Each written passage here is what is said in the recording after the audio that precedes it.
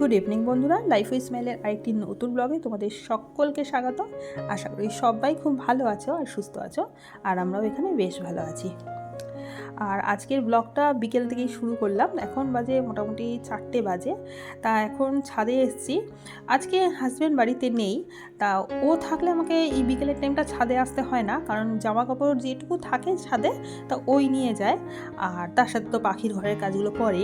কিন্তু যেহেতু ও আজকে নেই, এই জন্য জামা কাপড় তো নিতে আসতে হবেই, তার সাথে কি বলতো, পাখির ঘরের দরজা জানলাগুলোকেও ভালো করে বন্ধ করতে হবে, কারণ বৃষ্টির সময় তো ওদের দরজা জানলা খোলা রাখা হয় না, আর রাত হয়ে যাবে তখন তো আরই খোলা রাখা হয় না। আর হাজব্যান্ড না থাকলে কোনো কারণে যদি আমি আসতে না পারি, তাহলে সন্ধ্যের দিকে শাশুড়ি মা আসি, তখন উনি এই কাজটা করে। মানে হাজব্যান্ড না থাকলে হয় আমি, না হলে শাশুড়ি মা, যে কোনো একজন এই পাখির ঘরের দরজা জানলা দেওয়া এই কাজটা করে যায়।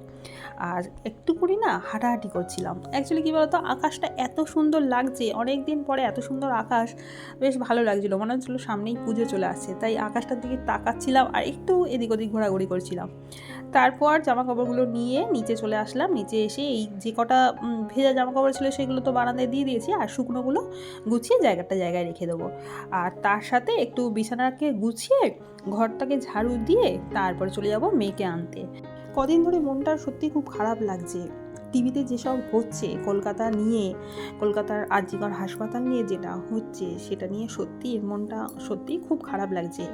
আর আজকে তো বিশেষ করে আজকে রাত্রি 12টার সময় আমাদের এখানে সমাবেত হবে, মহিলারা মিলে সবাই একসাথে হয়ে প্রতিবাদ মিছিল করবে। আর সেটার জন্য তো আরও খারাপ লাগছে। আর তার থেকেও বেশি খারাপ লাগছে আমি সেখানে যেতে পারবো না, কারণ আমার মেয়ে একা থাকবে রাত্রেবেলা, আমি চাইলেও যেতে পারবো না।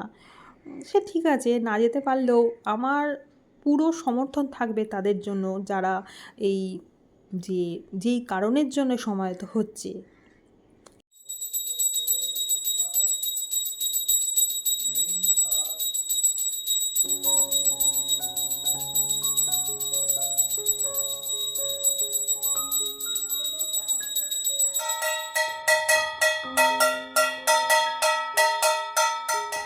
মৌমিতা দেবনাথের এই যে ঘটনাটা, আমরা সত্যি কেউ ভাবতে পারছি না এবং মেনেও নিতে পারছি না। আর তার থেকেও বড় কথা কি জানো তো, আমার মনের মধ্যে না একটা ভয় সত্যিই কাজ করছে, যে এই যে ঘটনাটা ঘটছে এর পরে আমাদের মেয়েদের, আমারও তো একটা মেয়ে আছে, আমিও তো মা, আমাদের মেয়েদের একটা যে সিকিউরিটি সেটা কোথায়?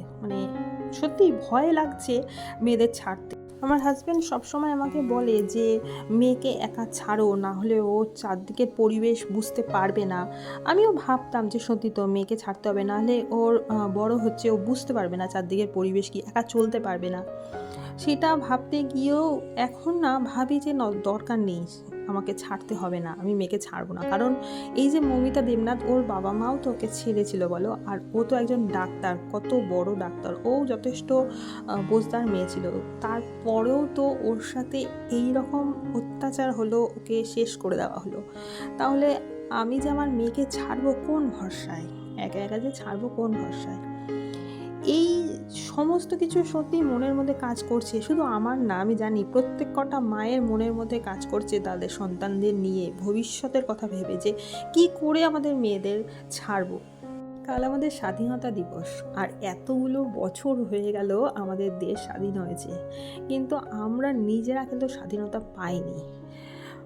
অন্য কে কী স্বাধীনতা পেয়েছে জানি না, কিন্তু মেয়েরা সত্যিই স্বাধীনতা পায়নি। স্বাধীনভাবে বাঁচার, স্বাধীনভাবে থাকার, স্বাধীনভাবে চলাফেরা করার স্বাধীনতা সত্যিই মেয়েরা পায়নি।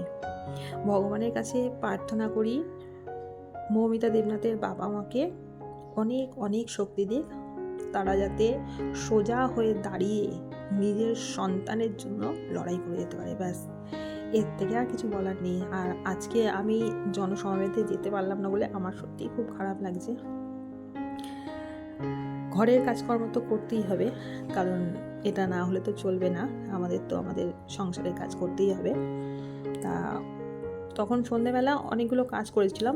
আজকে সন্ধেবেলা না কি জানি না, খুব অ্যাসিডিটি হয়ে গেছিলো।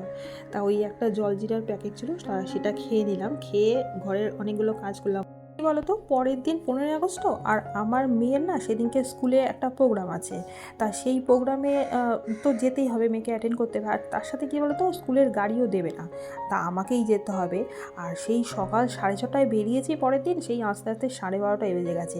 এই জন্য কী করলাম, একটু কাজগুলো গুছিয়ে রেখে দিলাম, যাতে পরের দিন যখন আসবো স্কুল থেকে সাথে সাথে রান্নাগুলো চটপট হয়ে যায়। ওই একটু আদা ছুলে রাখলাম, আর জিরেগুলো আর ধনেগুলো না অনেক দিন ধরে আনা ছিল, সেইগুলো আর কৌটোতে ঢালাও ছিল বলেই কৌটোতে ঢালা হচ্ছিল, তা এখন শেষ হয়ে গেছিলো, তা সেইগুলো কৌটোতে ঢেলে রাখলাম। তারপরে রাতে ডিনার ওখানে করে ফেললাম। আজকে ডিনারে আমি তো ভাত খেয়ে আর মেয়ে খেয়েছে রুটি। সকালে আমি একটু চিকেন করেছিলাম, তা মেয়ে যখন রাতে এসে শোনে যে ও চিকেন হয়েছে, তা ওর সাথে সাথে বলে যে রুটি খাবে। কারণ কী বলতো, ও চিকেন দিয়ে রুটি দিয়ে খেতে খুব ভালোবাসে, ওর ভাতটা ঠিক ভালো লাগে না। তা ওর জন্য 2টো রুটি করে দিলাম, আর আমার ওই ভাত একটু ছিল, তা সেই ভাত আমি রাতেরবেলা খেয়ে নিলাম। তারপরে খাওয়া দাওয়া করে একেবারে রান্নাঘরটা ভালো করে পরিষ্কার করে নিয়ে আসলাম। আর আমি রান্নাঘর না রাতেরবেলা পরিষ্কার করেই শুই। খুব কম এরকম দিন গেছে যে রাতে রান্নাঘর পরিষ্কার করি না। অ্যাকচুয়ালি কী বলতো, ওই এঁঠো বাসনটা রেখে দেওয়া আমার ঠিক ভালো লাগে না, আর তার সাথে একেবারে গ্যাসটা পরিষ্কার করিনি। পরের দিন সকালে তারপর তাড়াহুড়ো করে বেরোবো, এই জন্যই আমি একবারে গ্যাসটা ভালো করে পরিষ্কার করে এদিকে ঘরটাকে ভালো করে ঝাড় দিয়ে নিলাম। আর ওদিকে বাইরের যে কলাপসেবল গেটটা আছে সেটাকে একেবারে তালাচাবি লাগিয়ে দিয়ে আসলাম, আর তার সাথে আজকের এই দরজাটাও আমি একেবারে তালাচাবি লাগিয়ে দিলাম।